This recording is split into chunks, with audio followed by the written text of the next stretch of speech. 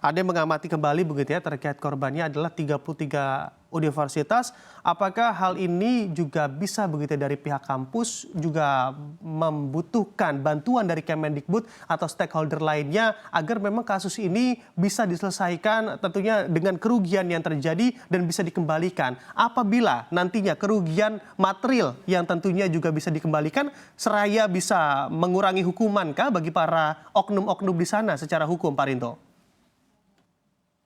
Jadi gini, terkait dengan upaya hukum yang dilakukan, apakah itu si korban atau keluarga korban ataupun pihak kampus atau universitas yang di mana korban itu berkuliah, itu seharusnya kalau memang mau mengambil langkah hukum untuk menuntut pemulihan kerugian, ya seperti yang saya sampaikan tadi, yaitu dengan cara mengajukan gugatan kepada pihak, mengajukan gugatan ke pengadilan.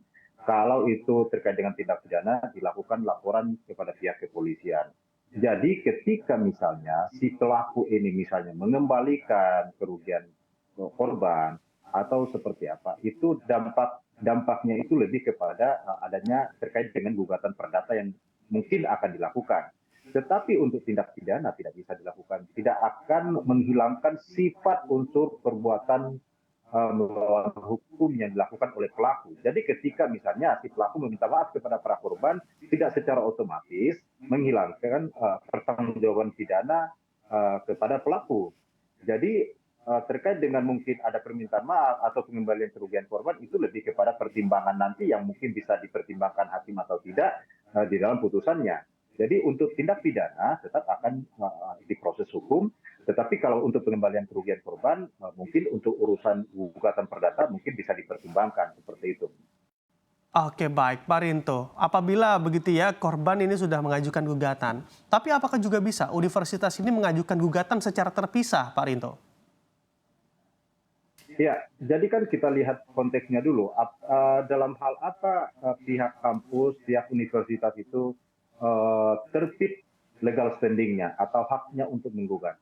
Apakah terkait dengan tuntutan karena dengan praktik seperti ini mengakibatkan nama kampusnya, nama universitasnya menjadi tercoreng? Bisa saja. Jadi dalam hal misalnya terjadi seperti itu dan pihak kampus perlu memulihkan nama baiknya atas tindak pidana yang terjadi ini, pihak kampus atau universitas bisa mengajukan gugatan kepada pihak pelaku ini, kepada pelaku. Nah, tentunya kembali lagi tuntutannya adalah bentuk gugatannya adalah perbuatan melawan hukum. Itu tadi 1365 KUH Perdata.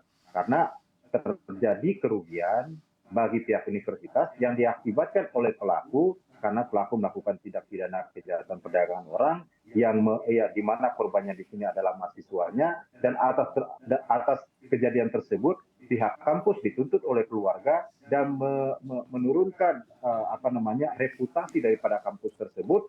Nah, pihak kampus bisa mengajukan gugatan secara keperdataan. Begitu. Oke, baik. Pak Rinto, beberapa mahasiswa kan memang sudah dikirim begitu ya ke Jerman untuk melakukan magang walaupun memang di sana tidak sesuai ekspektasi mereka. Apakah memang pemerintah Jerman juga bisa saja menggugat karena memang dengan adanya kasus ini tentunya mencoreng program yang justru asli memang magang begitu yang juga dikeluarkan oleh pemerintah Jerman. Nah, bisa saja itu dilakukan, tetapi saya tidak terlalu tahu bagaimana kebijakan pemerintah Jerman. Tetapi kalau dilihat dari natur daripada tindak pidana yang terkandung di dalam praktek peristiwa seperti ini, pihak pemerintah Jerman bisa saja melakukan hal yang sama seperti yang langkah yang diambil oleh pihak universitas untuk memulihkan nama baiknya. Kan kita juga bisa melihat apakah tidak semua program-program pemagangan itu ilegal.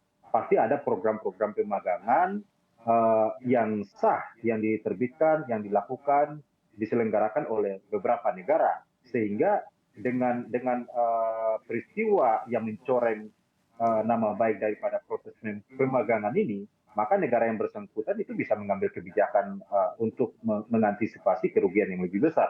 Apakah itu pengantisipasiannya dalam bentuk upaya hukum lewat pengadilan, lewat kepolisian, ataupun mungkin dalam bentuk nota diplomatik yang dilakukan kepada negara asal daripada korban ini. Begitu, Mas. Oke. Baik, Pak Rinto, tentunya dari kata ilegal saja ini pasti untuk izin-izin dari perusahaan penyalur begitu ya, magang di luar negeri ini juga pastinya tidak resmi. Tapi mengapa demikian begitu ya, para mahasiswa ini justru tetap bisa untuk pergi begitu ke Jerman? Apakah memang ada proteksi yang juga kurang dari pemerintah kita di mana warga kita bisa saja begitu untuk bepergian ke luar negeri dan juga lolos terhadap visanya? Silakan.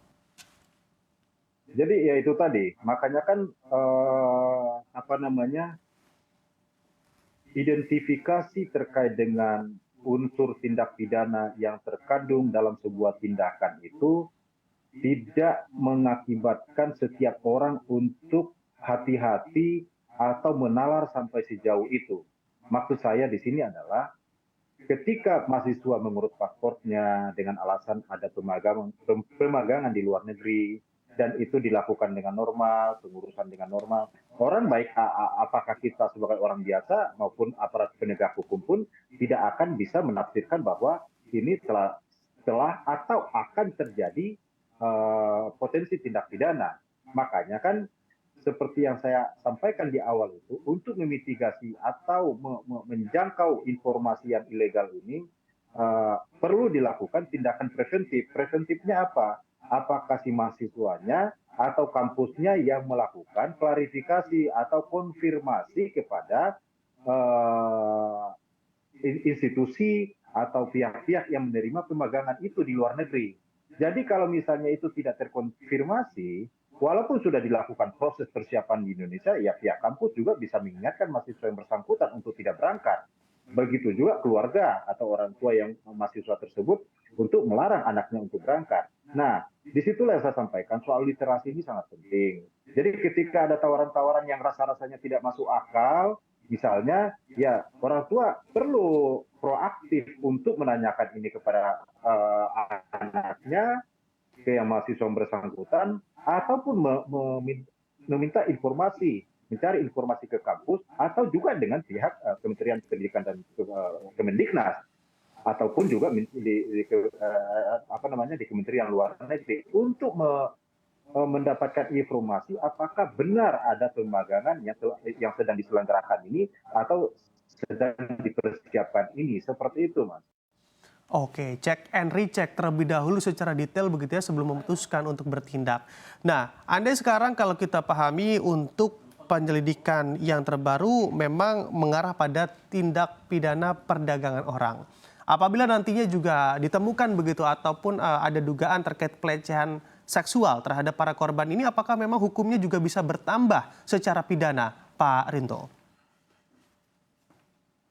Ya, tentunya kan tinggal kita lihat kan. Makanya kan di dalam Undang-Undang TPPO ini tidak hanya sekedar mengatur bagaimana memberangkatkan orang ke luar negeri, tidak hanya sekedar mengatur bagaimana melakukan perekrutan kepada para korban, tetapi juga mengatur terkait dengan jika terjadi kemungkinan adanya ruda paksa, pelecehan seksual dan semacamnya itu, atau memperdagangkan orang untuk ke hal-hal yang apa namanya, perempuan, anak diperjualbelikan untuk mendapatkan sesuatu keuntungan, itu di dalam Undang-Undang Nomor 21 Tahun 2007 sudah diatur sedemikian rupa dan sedemikian lengkap, dan hukumannya juga tidak main-main, antara 3 sampai 15 tahun penjara, bahkan denda juga sampai 600 juta. Jadi ketika hal ini terjadi, kita bisa menggunakan Undang-Undang TPPO ini. Kalau misalnya pelakunya misalnya kejadiannya di Indonesia misalnya, bisa juga dilakukan undang-undang apa namanya, pemerkosaan misalnya di KUHP juga bisa kita jadikan rujukan untuk menjerat si pelaku, seperti itu. Oke, baik. Dengan posisi misalnya saja oknum atau tersangka begitu ya justru saat ini berada di luar negeri, apakah ini juga menjadi kesulitan tersendiri atas hukum yang juga akan dikenakan bagi para tersangka, Pak Rito? Ya, kita harus akui yang namanya tindak pidana yang dilakukan secara cross border ini memang tidak gampang untuk menegakkannya, tetapi kita harus sadar juga bahwa pemerintah Indonesia memiliki ikatan kerjasama bilateral dengan beberapa negara, sehingga dengan kerjasama bilateral ini sedikit memudahkan pihak pemerintah Indonesia untuk melakukan penegakan hukum dengan cara mungkin mengekstradisi meminta si pelaku kejahatan yang ada di luar negeri untuk diekstradisi, untuk dikembalikan ke Indonesia atau diserahkan kepada pihak kepolisian, Interpol atau semacam itu. Nah, ini bisa saja dilakukan, tetapi walaupun mungkin membutuhkan sedikit waktu yang panjang dan juga biaya yang tidak sedikit, tetapi saya rasa ini juga tidak bisa dianggap sepele, tidak bisa dikesampingkan begitu saja, karena apa? Sebenarnya fenomena terkait TPPO yang terjadi ini adalah seperti gunung salju. Kalau kita telusuri lebih jauh, kejadian atau peristiwa yang sama itu sedang terjadi bahkan mungkin saat ini. Hanya mungkin kita abai atau kita juga kekurangan informasi untuk mengetahui hal itu. Apalagi kemarin juga di Vietnam terjadi juga, di tempat-tempat lain terjadi juga perdagangan-perdagangan orang seperti ini. Nah, jadi pemerintah kita ini sebenarnya juga abai, tidak melakukan preventif yang sangat signifikan untuk mencegah terjadinya perdagangan orang. Kan di keimigrasian ini kan sangat ketat sekali untuk mengidentifikasi dalam rangka apa mereka keluar negeri, berapa lama dia akan tinggal di sana, kecuali misalnya dilakukan penyelundupan ya, bisa saja tidak terdeteksi oleh hukum, karena memang tidak dilakukan secara resmi atau jalur resmi seperti itu, Mas. Oke, baik. Masyarakat yang kurang terliterasi dan juga ada sisi pemerintah yang abai dalam kasus ini Anda katakan. Kalau misalnya dari Anda, solusi apa yang kiranya bisa diberikan begitu ya bagi pemerintah dan juga para masyarakat Indonesia agar tidak terlibat dalam korban-korban seperti ini? Silakan Pak Rinto dengan jawaban Anda. Ya, pemerintah perlu membuat sebuah kampanye untuk mengingatkan warga masyarakat Indonesia bahwa perdagangan orang ini merupakan kejahatan yang sangat serius. Karena apa? Menyangkut jiwa dan keselamatan daripada orang. Jadi sangat identik dengan kejahatan kemanusiaan. Jadi ketika mereka diperdagangkan, kita tidak bisa memastikan menjamin keselamatan mereka ketika mereka berada di luar negeri. Bisa saja dibunuh, bisa saja kehilangan nyawa, karena apa namanya, tidak ada yang bisa melakukan pertolongan kepada mereka.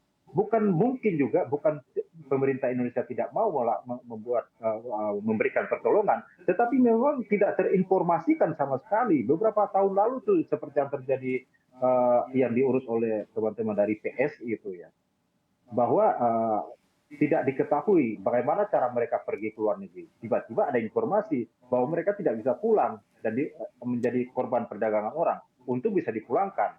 Nah, ini yang perlu menjadi PR pemerintah untuk memantau sedemikian rupa arus keluar masuknya warga Indonesia ke luar negeri, berangkat ke luar negeri dan pulangnya. Karena apa? Ini kalau kita ungkap lebih jauh, ini apalagi kejahatan seperti ini juga bisa saja dibackingi oleh aparat tertentu misalnya, seperti yang terjadi kemarin di Batam, ya kan, yang dipersuasi oleh seorang Romo. Nah, ini banyak terjadi. Jadi kalau saya menyarankan pemerintah harus menyeriusi akibat hukum daripada TPPO ini, jangan dianggap gampangan, jangan dilakukan pembiaran begitu saja, tetapi harus selalu dikampanyekan sedemikian rupa supaya masyarakat perkotaan maupun pedesaan bisa mengakses informasi berbahaya ini.